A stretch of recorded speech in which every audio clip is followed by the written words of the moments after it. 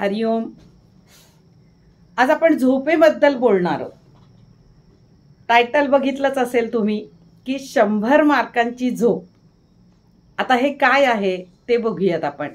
नमस्कार, मी स्वर्णा कौलगुड, निसर्गोपचार तज्ञ, योग पंडित आणि योग प्राध्यापक आहे. झोप ही आपल्या पूर्ण आयुष्याचा अगदी अविभाज्य घटक आहे. म्हणजे असं म्हणता येईल की अगदी शांत 5-6 तासाची किंवा 8 तासाची रात्रीची पूर्ण झोप झाल्यानंतर सकाळी ज्यांना खूप उत्साही आणि फ्रेश वाटतं, पूर्ण झोप झाल्यावर एकदम मन असं प्रसन्न होतं, शरीर आणि मन दोन्ही उत्साही होतं, असं ज्यांना वाटतं तर ते खरंच सुखी म्हणायला पाहिजे. बरोबर की नाही? पण आपण बहुतेक वेळेला असं बघतो की खूप जणांना झोपेचे खूप प्रॉब्लेम्स आहेत. ज्यांची गाढ नीट झोप होत नाही, त्यांच्या ह्या त्रासाचा त्यांच्या शरीरावर पण खूप परिणाम होतो. म्हणजे विविध प्रकारचे आजार त्याच्यातूनच निर्माण होतात. तर गाढ झोप लागत नाही अजिबात. नीट झोप झाल्यासारखी, पूर्ण झाल्यासारखी वाटत नाही. काही काही व्यक्ती आपण बघतो की त्यांना अगदी 5-6 तासाची जी काही गाढ झोप झालेली आहे ती अगदी पुरेशी असती आणि ते सकाळी अगदी फ्रेश असतात. आणि काही काही लोकांना 7-8 तासाची पूर्ण झोप झालेली असेल तरी सकाळी उठल्यानंतर झोपच झाली नाहीये असं वाटतं. म्हणजे आपण झोपलोच नाही, आपल्याला काही उत्साही वाटतच नाहीये, अजून असं डल वाटतंय, झोप अजून झाली नाहीये, पुरेशा विश्रांती आपल्याला मिळाली नाहीये, पुन्हा एकदा झोपावं असं वाटतंय. असे बरेच जण आहेत. आणि बघा की कॉन्स्टिपेशनचा जो काही त्रास होतो, मलावरोध होतो, ह्याचा पण संबंध कुठेतरी आपल्या झोपेशी निगडित आहे. किंवा जे काही अंतस्रावी ग्रंथींचे आजार आहेत, मग ते अगदी तुमचं PCOD असू देत, PCOS असू देत, तुमचं शुगरचे प्रॉब्लेम्स असू देत, तुमचे थायरॉइडचे प्रॉब्लेम्स असू देत, कुठे ना कुठे हे सगळे आपल्या झोपेशी निगडित आहेत. आणि झोप ही तुमच्या मनाशी निगडित आहे. तुमची झोप जेवढी चांगली क्वालिटीची होईल, जेवढं तुम्हाला फ्रेश वाटेल, अतिशय छान विश्रांती झाली असं वाटेल, तेवढे तुमचे हे जे काही अंतस्रावी ग्रंथी आहेत त्या खूप चांगल्या काम करतात, ज्याच्यातून हार्मोन्सचं सिक्रेशन होतं आणि त्यामध्ये हार्मोन्समध्ये बॅलन्स राहतो. भरपूर या एंडोक्राइन ग्लँड ज्या आहेत, अंतस्रावी ग्रंथी, या शरीरामध्ये खूप कामं करतात.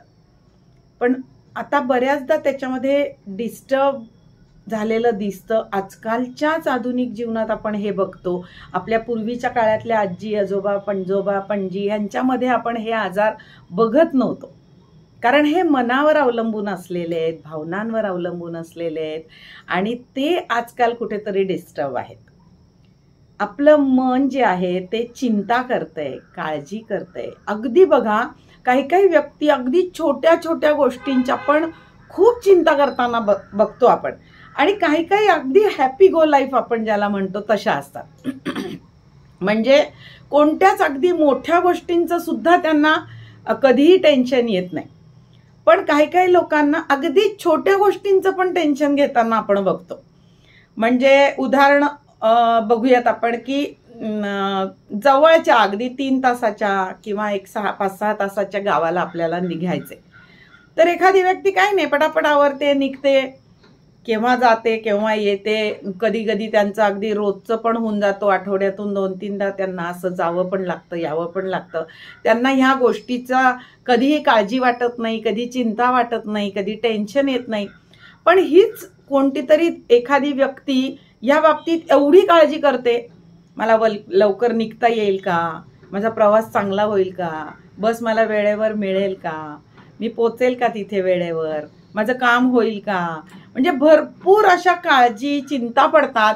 किंवा घरी जे कोणी आहेत त्यांची चिंता पडते, घरातल्या काही कामांची चिंता पडते, आपल्या ऑफिसच्या तिथल्या कामांची चिंता पडते. तर असे भरपूर चिंता, काळजी असे जे करणारे व्यक्ती असतात त्यांना खूप लवकर हा झोपेचे प्रॉब्लेम निर्माण होतात. त्यांना गाढ झोप लागत नाही. झोपेमध्ये काही ना काही विषय डोक्यात चालू राहतात. अगदी साखळी पद्धतीने काही ना काही विचार, स्वप्न चालू राहतात आणि अगदी सकाळी उठेपर्यंत हे चालू राहतं आणि त्यामुळे ते इतके डिस्टर्ब असतात की त्यांना गाढ झोप झाल्याची जाणीवच होत नाही अजिबात. तर व्यक्तींमध्ये फरक आहे आणि प्रत्येकाने आपल्या बाबतीत समजून घ्यायचंय की आपल्या बाबतीत काय होतंय. आपण अनावश्यक काही चिंता करतोय का, किंवा अनावश्यक कुठल्या गोष्टीची भीती वाटतेय का, काळजी वाटतेय का, टेन्शन येतंय का, कुठल्या गोष्टीचा आपण ताण घेतोय का. आपल्याकडे हे बारकाईने आपण बघितलं पाहिजे. खूप छोट्या छोट्या गोष्टींमध्ये आपण अगदीच आयुष्यात खूप मोठी काहीतरी गोष्ट घडत असेल तर आपण काळजी करणं तेवढ्यापुरती, खरं म्हणजे तेव्हाही नाही केली पाहिजे. पण ज्या गोष्टी आपल्या हातातच नाही आहेत त्या गोष्टींची काळजी करूनही काही उपयोग नसतो. पण तरी सुद्धा बऱ्याचशा व्यक्ती या गोष्टींच्या खूप काळजी करतात, चिंता करतात, खूप काही टेन्शन घेतात आणि बऱ्याचदा चांगली होणारी कामं सुद्धा हातातून चांगली होत नाहीत. कारण तो जो मनावरती एक ताण असतो ना, तो आपलं काम चांगलं होऊ देत नाही. आणि काही काही व्यक्ती अशा असतात की त्या अगदी बिनधास्त असतात आणि खूप चांगल्या क्वालिटीचं काम 100% चांगला आपल्याला आउटपुट देऊ शकतात. कारण त्यांचं मन खूप शांत असतं, निरोगी असतं, स्वस्थ असतं, स्थिर असतं, एकाग्र असतं. ज्या कामामध्ये ते लोक लक्ष देतात त्या कामामध्ये ते 100% स्वतःला झोकून देतात. अशा व्यक्ती बघा खूप काही करू शकतात आयुष्यात. पण ज्यांना आणि बऱ्याचदा काही व्यक्तींना जे जे त्रास होतात ते त्यांना कळतच नाही की आपली झोप जी अपुरी होतीये त्यामुळे आपल्याला हे त्रास आहेत. तर बऱ्याचशा आपल्या शारीरिक त्रासांचा संबंध या झोपेशी असतो. तुम्ही आपल्या स्वतःच्या बाबतीत विचार करून बघा की आपल्याला जो काही त्रास होतोय आणि आपल्याला झोप नीट येतेय का. आणि झोप जर गाढ चांगली होत असेल, सकाळी जाग आल्यावर फ्रेश वाटत असेल, तर मग ह्याचा कुठला तरी दुसऱ्या गोष्टीशी संबंध असू शकतो. तर त्याकडेही बघायचे की झोपेचा आणि आपल्या काही या गोष्टींचा संबंध आहे का. तर मग आपण बघितलं की झोप ही अगदी चांगली क्वालिटीची लागली पाहिजे.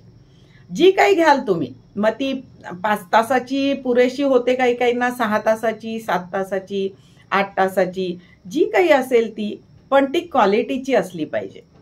तर ती आपण पुढे बघणार आहोत की ही 100 मार्कांची झोप म्हणजे काय आहे. व्हिडिओ पूर्ण बघा म्हणजे तुम्हाला कळणार आहे की आपण हे मार्क कसे देणार आहोत ह्याला. तर अशी झोप पुरेशी आपण घेतली पाहिजे.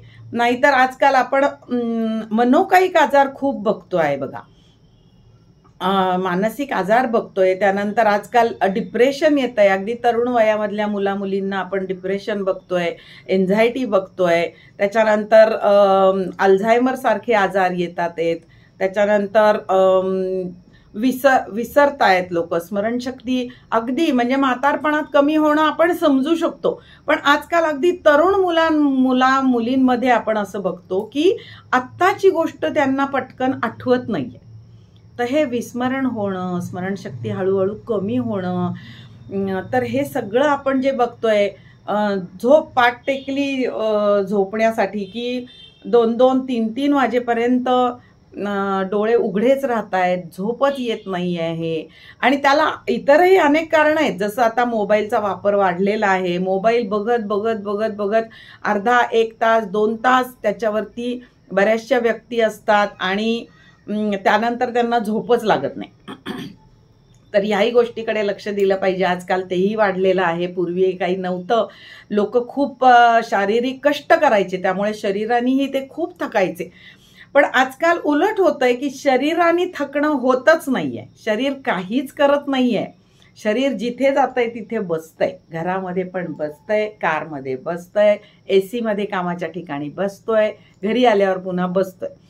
तर शरीराने काहीच कष्ट होत नाही, त्यामुळे शरीर थकत नाहीये. पण मनाला किंवा बुद्धीला खूप जास्त कामं आहेत, कष्टाची कामं आहेत, टेन्शनची कामं आहेत, ताण देणारी कामं आहेत. आणि त्यामुळे उलटं होतंय की मन जास्त थकतंय आणि शरीर अजिबात थकत नाहीये. तर हे असं न होता शरीराने भरपूर कष्ट केले पाहिजेत. अतिशय कष्ट करणारा व्यक्ती आपल्याला गाढ झोपलेला दिसतो बघा. हमालीची कामं करणारा व्यक्ती बघा, किंवा बिल्डिंगवरती जे घमेले वाहून नेतात वरपर्यंत त्या व्यक्ती बघा, अगदी रस्त्याच्या कडेला आपल्याच पायातल्या चप्पल काढून डोक्याखाली ठेवतात आणि अतिशय गाढ झोपतात. कुठे झोपलेत, त्यांना काही अशी जाड डनलपची गादी नाहीये, उशी नाही आहे, तरी सुद्धा गाढ झोपलेत. आणि ज्यांना अशा प्रकारच्या चांगल्या प्रकारच्या गाद्या आहेत, उशा आहेत, AC आहे रूममध्ये, आणि तरी सुद्धा झोप येत नाहीये. ही तफावत आपण ह्यासाठी बघतोय की इथे जास्त ताण आहे आणि शरीराला काहीच कष्ट नाहीये. तर आणि ह्याचा आपल्या मनाशी जो संबंध आहे आणि त्याच्यावर जो काही उपाय आहे तो पण योगच देतो. योग जे देतो ना ते बाकी कोणीच देत नाही. कुठलीही पॅथी देणार नाही तुम्हाला, कुठलेही व्यायाम प्रकार बाकीचे देणार नाहीत.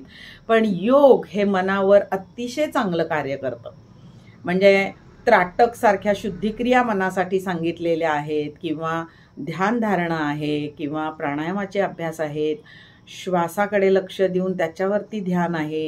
हे सगळं आपल्याला या मनाच्या शांतीसाठी, मनाच्या आरोग्यासाठी दिलेले सगळे प्रकार आहेत. तर हे पण आपण पुढे जाऊन बघणार आहोत. म्हणजे ह्या एका व्हिडिओमध्ये याविषयीची सगळी माहिती अजिबात पूर्ण होणार नाहीये. अनिद्रा का होते, एन्झायटी का होते, डिप्रेशन का येतं, किंवा इतरही विस्मरणासारखे आजार आपल्याला का होत आहेत, हे सगळं, अनिद्रा होतीये हे का होतंय, हे आपण अजून पुढच्याही व्हिडिओमध्ये अजून एखादा भाग येईल त्याच्यामध्ये बघणार आहोत. पण थोडक्यात आपण असं बघतोय की हे सगळे जे काही आपल्याला झोप न पूर्ण झाल्यामुळे जे आजार होत आहेत, तर त्याकडे आपण नीट लक्ष दिलं पाहिजे. कारण त्याच्यातून पुढे जाऊन आपल्याला हार्ट अटॅकचे धोके, कार्डियक अरेस्टचे धोके हे निर्माण होतातच. झोप नीट शांत होत नसेल तर तुम्हाला डायबिटीस पण येऊ शकतो, तुम्हाला हार्टसाठीच्या गोळ्या, हाय BP साठीच्या गोळ्याही सुरू होऊ शकतात. तर ह्याकडे जागरूकतेने आत्तापासून बघा की आपली झोप कशी छान होईल. आणि मग आपण जे काही पुढे उपाय सांगणार आहोत पुढच्या व्हिडिओत, तर ते सुद्धा तुम्ही नीट बघायचेत आणि ते करायचेत. आत्तापासून काम करा, तुमचं कुठलंही वय असू द्या, पण तुम्ही जर त्याच्यावरती थोडं का होईना काम सुरू केलं, जे जे काही सांगितलेले उपाय आहेत ते करायला सुरुवात केली, तर कुठेतरी आपल्याला जी काही मनाला शांती लागणार आहे, जी काही स्वस्थता लाभणार आहे, त्याच्यामुळे आपल्याला जी काही शांतपणे झोप लागणार आहे तर ती लागू शकते. आणि मग इतरही जे काही समस्या येणार आहेत पुढे जाऊन त्या अजिबात येणार नाहीत. तर आता आपण बघूयात की ही 100 मार्कांची झोप म्हणजे काय आहे. तर बघा की आपण आपल्या स्वतःला 4 प्रश्न विचारायचे. प्रत्येक प्रश्नाला मार्क किती आहेत? 25. आणि ह्या प्रश्नाचं उत्तर जर नाही असेल किंवा काहीतरी अर्धवट असं असेल तर त्याचे पूर्ण मार्क तुम्ही 0 द्यायचे आहेत. 0. जर हो असेल तर 25 पैकी 25 मार्क द्यायचे आहेत, आणि नाही असेल तर 0 मार्क द्यायचा आहे. तर आपण आता 4 प्रश्न बघणार आहोत. 4ही प्रश्नाला आपण स्वतःला प्रश्न विचारायचे आहेत, 25 पैकी मार्क द्यायचे आहेत. आणि मला निश्चितपणे किती मार्क तुम्हाला पडलेत ते कमेंट्समध्ये नक्की मला सांगायचे आहेत. आपण पुढचा व्हिडिओ बनवणार आहे त्यावेळेला आपण ह्याच्यावरती बोलणार आहोत. आणि तुम्हाला काही इतर प्रॉब्लेम्स असतील तर ते पण मला कमेंट्समध्ये विचार. तर बघूयात आपण पहिला प्रश्न, की आपण रात्री झोपण्यासाठी जेव्हा आपल्या बेडरूममध्ये जातो त्यावेळेला पाठ टेकल्याबरोबर आणि डोळे मिटल्याबरोबर 5 ते 10 मिनिटांमध्ये आपल्याला गाढ झोप लागतेय का? हा पहिला प्रश्न. म्हणजे एक 5-10 मिनिटांनंतर कोणीही आपल्याला हाका मारल्या, कितीही दार वाजवलं तर आपल्याला जाग येत नाहीये का, गाढ झोप लागतेय का? तर ह्याचं उत्तर हो असेल तर तुम्ही 25 मार्क स्वतःला द्यायचे. आता दुसरी गोष्ट, रात्री एकदा झोपल्यानंतर सकाळी तुम्ही भले 5 वाजता उठत असाल, 5:30, 6 ज्या वेळेला उठता त्यावेळेला जेव्हा तुम्ही उठता तोपर्यंत पूर्ण रात्री झोपलेले असताना आणि उठता तुम्ही त्या वेळेपर्यंत तुम्हाला एकदाही उठायला लागलं नाही पाहिजे. अजिबात मध्ये आधे उठलं नाही पाहिजे, जाग नाही आली पाहिजे, शांत झोप आली पाहिजे. की जेव्हा डोळे मिटतो शांत झोप लागते गाढ आणि एकदम सकाळी डोळे उघडतात, जेव्हा काही आपण गजर लावून ठेवलेला असतो तेव्हाच आपले डोळे उघडतात. अशी जर तुम्हाला झोप लागत असेल तर तुम्ही 25 पैकी 25 मार्क पूर्ण घ्यायचे आहेत. त्याच्यानंतर तिसरा प्रश्न असा आहे की रात्रीतून तुम्हाला एकही स्वप्न पडलं नाही पाहिजे, काहीच नाही. काही काहींना अनेक विचार येत राहतात, स्वप्न पडतात. बरं, ते स्वप्न एखादं काहीतरी चालू आहे ते पूर्ण झालं तर परत दुसरं स्वप्न चालू होतं. म्हणजे साखळी पद्धतीने ते सकाळी उठेपर्यंत काही काही जणांना चालूच राहतात. अशी जर डिस्टर्ब तुमची झोप असेल, स्वप्न पडत असतील तर तुम्ही 0 मार्क घ्यायचा आहे. पण तुम्हाला कधीही स्वप्न पडत नसतील तर तुम्ही 25 पैकी 25 मार्क घ्यायला हरकत नाही. त्याच्यानंतर चौथा आणि शेवटचा आपला प्रश्न आहे की जेव्हा तुम्हाला सकाळी जाग येते त्यावेळेला तुम्ही लगेच आडव्याचे उभे राहता का? तर तुम्ही 25 पैकी 25 मार्क स्वतःला द्या. पण जर तुम्हाला कळलंय की तुम्हाला जाग आली आहे पण तरी सुद्धा तुम्ही पलंगावर लोळत झोपलेले आहात आणि खूप वेळानंतर उठता आहात तर तुम्ही 0 मार्क घ्यायचा आहे. तर हे झाले आपले 4 प्रश्न. तुम्हाला 100 पैकी किती पडलेत हे मला नक्की कळवा, विसरू नका. आणि हे का होतंय, जर तुम्हाला कायम स्वप्न पडत राहतील, साखळी पद्धतीने पडत असतील, मध्ये मध्ये वारंवार 2-3 वेळेला युरिनला जायला उठावं लागत असेल किंवा तहान लागत असेल किंवा झोपायला आल्यानंतर 2 वाजेपर्यंत 3 वाजेपर्यंत तुम्हाला झोप लागत नसेल तर मला निश्चितपणे कळवा. किंवा सकाळी उठल्यानंतर फ्रेश वाटत नाहीये तरी सुद्धा मला कमेंट्समध्ये कळवा, कारण हा सगळा विषय आपण पुढच्या व्हिडिओमध्ये निश्चितपणे घेणार आहोत, याची उत्तरं सांगणार आहोत आणि त्याच्यावरती काय काय तुम्हाला उपाय करता येतील ते पण सांगणार आहोत. तर कसा वाटला आजचा व्हिडिओ नक्की कळवा मला. त्रिवेणी योग निसर्गोपचार केंद्राचे व्हिडिओ तुम्ही पाहत असाल, तुम्हाला आवडत असतील तर नक्की सबस्क्राईब करा. सबस्क्राईब करायला विसरू नका. सबस्क्राईब करणं फुकट आहे, त्यामुळे मला मोटिवेशन मिळतं नवीन नवीन विषय आणण्यासाठी आणि ते तुमच्यापर्यंत पोहोचवण्यासाठी. तर भेटूयात आपण पुढच्या व्हिडिओमध्ये नवीन विषयासह. धन्यवाद.